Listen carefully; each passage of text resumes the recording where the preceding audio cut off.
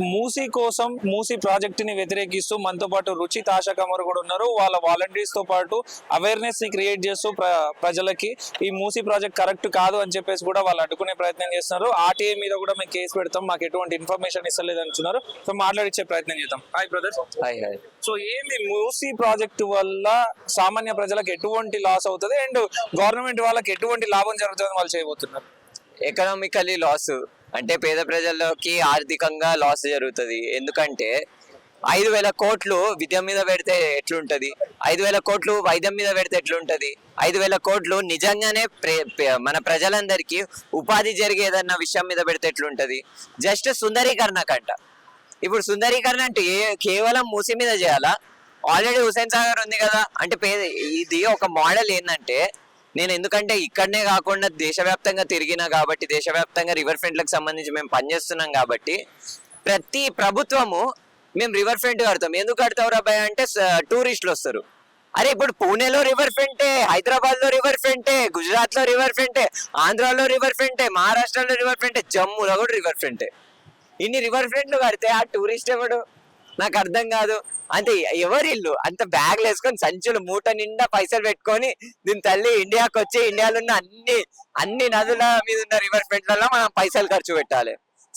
Jokes apart, serious గా మేము అడుగుతున్న ప్రశ్న ఏంటంటే, మూసీ నది నీళ్ళని కనుక ప్రభుత్వం సాఫ్ చేస్తాము అని ఒక కాగితం పెడితే మేము దాన్ని పరిశీలించి ఖచ్చితంగా ప్రభుత్వంతో కలిసి పనిచేస్తాం. ఇప్పటి వరకు ప్రభుత్వం విడుదల చేసినాం, ఏ పేపర్ విడుదల చేయలేదు, అదే పెద్ద ప్రాబ్లం. కానీ మేము మా ఓన్ సోర్సెస్ తోని ప్రభుత్వ డిపార్ట్మెంట్ లో మాకు ఉన్న అధికారులతో తెలిసిన ఇన్ఫర్మేషన్ ప్రకారం కలెక్ట్ చేసిన పేపర్ల ప్రకారము ఇప్పటి వరకు ప్రభుత్వము ఎటువంటి సీరియస్నెస్ తో లేదు మూసి నీళ్ళని సాఫ్ చేసే అంశం మీద. ప్రభుత్వం దృష్టి కేవలము రియల్ ఎస్టేట్ చేద్దామని, ప్రభుత్వం దృష్టి కేవలము అక్కడున్న భూమి రేట్లు ఎట్లా పెంచుదాము, ఆడ కాంట్రాక్ట్ ఎవరికి ఇద్దాము, సిమెంట్ కాంట్రాక్ట్ ఎవరికి ఇస్తే ఎవరు ఎంత షేర్ ఇస్తారు, ఇవే అంశాల మీద ఉంది. కాబట్టి మూసీ నది నీళ్ళని సాఫ్ చేస్తామంటే మేము ఖచ్చితంగా ముందుకు వస్తాము, వాళ్ళతో కలిసి పనిచేస్తాం. సో స్వయాన సీఎం గారు మాట్లాడుతూ మూసీ రివర్ ఫ్రంట్ వల్ల నైట్ ఎకానమీ పెరుగుతుంది, నైట్ ఎకానమీని పెంచుతాము, అందరికి ఆదాయం వస్తుంది కూడా మాట్లాడుతున్నారు. These are all cute words that are not real. అంటే చాలా ముద్దు మాటలు కానీ వాస్తవాలు కావు. ఎందుకంటే నేను సబర్మతికి పోయినా కదా, మీరు చూసుంటారు. సబర్మతిలో నేను వెళ్ళి అక్కడ అదొక్కటే కాకుండా పేపర్లు కూడా ఉన్నాయి సబర్మతికి సంబంధించి. ఆడ నల్సర్ మిగతా విద్యార్థులు ఒక 5 సంవత్సరాల నుంచి ఒక రీసెర్చ్ చేస్తున్నారు సబర్మతి రివర్ ఫ్రంట్ కి సంబంధించి. సో ఆ రీసెర్చ్ పేపర్లని పరిశీలించినాము, పరిశోధకులతో మాట్లాడినాము, నేను అక్కడ పర్సనల్గా వెళ్ళి యాక్టివిస్టులతో చర్చించిన, అక్కడ వీడియోలు కూడా తీసుకొచ్చినాము. ఆడేం నైట్ ఎకానమీ ఏం లేదు. అసలు మీరు రాత్రిపూట ఓల్డ్ సిటీలో ఆపరేషన్ చదువుతారా అని చెప్పి ఒకటి నడిపిర్రు. ఇప్పటికీ చాలా ప్లేసెస్లలో స్టేట్ రిప్రెషన్ పెడుతున్నారు, అసలు ప్రజలను బయటికి ఓనివ్వరు. మరి ఇప్పుడే అసలు నైట్ 11 అయితేనే బంద్ చేయాలని అంటారు, లాఠీలు పట్టుకొని పోలీసులను దింపుతున్నారు. మరి మూసీ నది మీద ఏమైనా స్పెషల్ మీకు ఏం డివోషన్ ఇది నాకు అర్థం కాదు. ఓన్లీ మూసీ నది మీదనే నైట్ ఎకానమీ ఉండాలంట. అరే ఇప్పుడు ఓల్డ్ సిటీ దగ్గర కొంతమంది యువత నైట్ పూట వెళ్తున్నారు, మిగతా చోట్లలో కొంతమంది యువత రోజు మొత్తం పనిచేస్తారు కాబట్టి బయట తిరుగుతున్నారు. తిరిగేటప్పుడు వాళ్ళని మీరు పోలీసులతో నిలగొడుతున్నారు, డిఎల్ఎఫ్ ని బంద్ చేస్తున్నారు, ఇవన్నీ చేస్తున్నారు. ఆడ నైట్ ఎకానమీ ఎట్లా వస్తుంది? మీరు ఎవరిని నైట్ పూట ఎవరిని బయటికే రానప్పుడు నైట్ ఎకానమీ ఎట్లా వస్తుంది? రేపు వీళ్ళు రానియకపోతే ఆ నైట్ ఎకానమీ వచ్చినా కానీ ఖచ్చితంగా రాదు. మేము అడ్డుకుంటాము.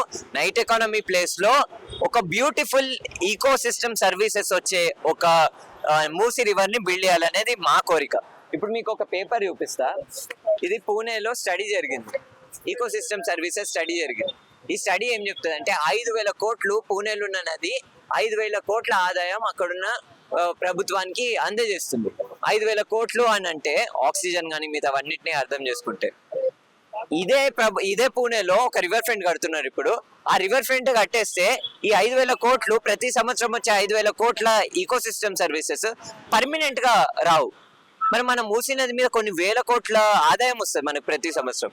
దాన్ని మనం కాంక్రిటైజ్ చేసేస్తే డెఫినెట్ గా అది బంద్ అయిపోతుంది. ఎకానమీ నైట్ ఎకానమీ కాకుండా మిగతా ఏ ఎకానమీ లేవా? మీ ఎకానమిస్ట్ ఎవరు అసలు నాకు అర్థం కాదు. నేను చూస్తున్నా వచ్చేటప్పుడు ఆయనది స్పీచ్ వింటున్నా వేటు న్యూస్ ది సమ్మిట్ లో. He's talking so much about inclusivity, sustainability and so many things. I want to tell you very clearly, inclusivity means that you are having a conversation with the stakeholders. Inclusivity and democracy, sustainability, all these things have justice as a core in philosophy. You deny justice. You do not talk with the people. You do not talk with the stakeholders. And you talk about inclusivity. You talk about sustainability. It is all bogus. It is all fraud. It is all misinformation that is being circulated at big platforms. So ఇప్పుడు చంద్రబాబు నాయుడు అనగానే hitech city గుర్తొస్తుంది, కేసీఆర్ అనగానే secretariat గుర్తొస్తుంది. So నేను కూడా దిగిపోయే లోపు నా పేరు మీద కూడా ఒకటి ఉండాలి, నా పేరు చెప్తే ఒకటి గుర్తు రావాలి అని చెప్పి రేవంత్ రెడ్డి ప్రయత్నం అంటారా? ఇప్పుడు మా ఇంట్లో నేను ఏంటిది, ఎవరైనా చుట్టాలు వస్తే వాళ్ళకి చూపించడానికి నేను బొమ్మ పెట్టుకుంటా, ఇంత కాస్ట్లీ బొమ్మ. ఇది ఏంది అసలు? అంటే తెలంగాణ జోక్ అయిపోయింది వీళ్ళందరికీ, రేవంత్ రెడ్డికి, కేసీఆర్ కి, ఇంకా అందరికి. ఇది బొమ్మ పెడతా, అది చేస్తా, ఇది చేస్తా. ఎవరికి కావాలి భయ్? ఇప్పుడు ఎంత మంది ప్రజలు అల్లాడిపోతున్నారు. అసలు ఉపాధి లేదు తెలంగాణలో ఉన్న ప్రజలకి. వైద్యం చేసుకుందామంటే లక్షలు ఉంది. వీటి గురించి ఏం పని చేయకుండా ఏం మాటలు మాట్లాడుతున్నారు. సుందరీకరణ చేస్తా, నేను 10 సంవత్సరాల తర్వాత ఎవడో హైదరాబాద్ వస్తానంట, వాడికి సుందరంగా ఉండడానికి ఒక ప్రాజెక్ట్ పెడతాడు. అది కూడా ఎన్ని వేల కోట్లు పెట్టి, 5,000 కోట్లు పెట్టి. నువ్వు ఎంత బడ్జెట్ ఇచ్చినావు విద్య మీద? నీ బడ్జెట్ ఎంత డిమాండ్ చేసి 25% విద్య మీద బడ్జెట్ పెట్టమంటే నువ్వు ఇప్పటి వరకు అలొకేట్ చేసిందంత 15% కూడా అలొకేట్ చేయలేవు. నువ్వు ఇంకా ఏంది ఎకానమీ అంట, సుందరీకరణ. False dialogues with misinformation which are useless for Telangana. I'm telling, ప్రభుత్వం ఇంటెన్షన్ డెఫినెట్లీ కరెక్ట్. ప్రభుత్వం నిజంగా నీళ్ళ శుభ్రత గురించి ఏమైనా యాక్షన్ తీసుకుంటే, మేము ఆ అసెస్మెంట్ స్టడీస్ జరుగుతాయి. ఎప్పుడైనా ఒక ప్రాజెక్ట్ జరిగితే గ్రౌండ్ స్టడీస్ జరుగుతాయి, ఫీల్డ్ స్టడీస్ లో. నేను ఇంకా మా టీమ్ మెంబర్స్ దగ్గర 300 మంది ఉన్నాము. అందరికి కాల్ ఇస్తాం. 300 మంది ఫ్రీగా ప్రభుత్వానికి వాలంటీర్ చేస్తాం స్టడీస్ కి. ఒకవేళ ప్రభుత్వం నిజంగానే ఒక కరెక్ట్ ప్రాజెక్ట్ చేస్తే, ఫాల్స్ ప్రాజెక్ట్ చేస్తుంది అంటే అదే 300 మంది వ్యతిరేకిస్తారు. ఎందుకు వ్యతిరేకించారు? చదువుకున్న వాళ్ళం కదా.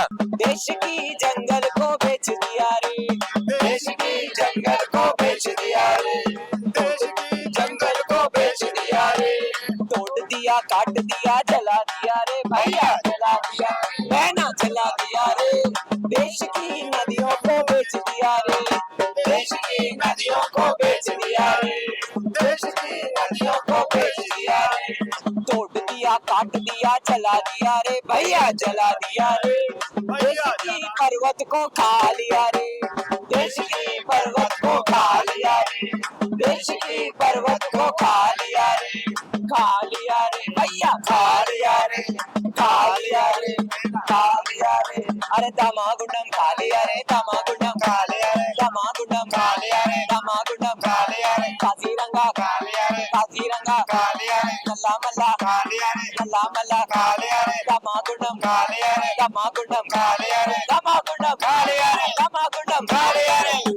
पीली रे लुईती, पीली रे लुईती, पीली रे यमुना भी, पीली रे यमुना भी, पीली रे उसी को, पीली रे उसी को, पीली रे उसी को, पीली रे. पीने को पानी नहीं, पीने को पानी नहीं, पीने को पानी नहीं, पीने को पानी नहीं, पीने को पानी नहीं, पीने को पानी नहीं. नदी बने नाले, नदी बने नाले, नदी बने नाले, नदी बने नाले, नदी बने नाले. तोड़ दिया, काट दिया, जला दिया रे भैया, जला दिया रे. देश की नदियों को बेच दिया रे, देश की नदियों को बेच दिया रे, देश की नदियों को बेच दिया रे, बेच दिया रे, बेच दिया रे, बेच दिया रे.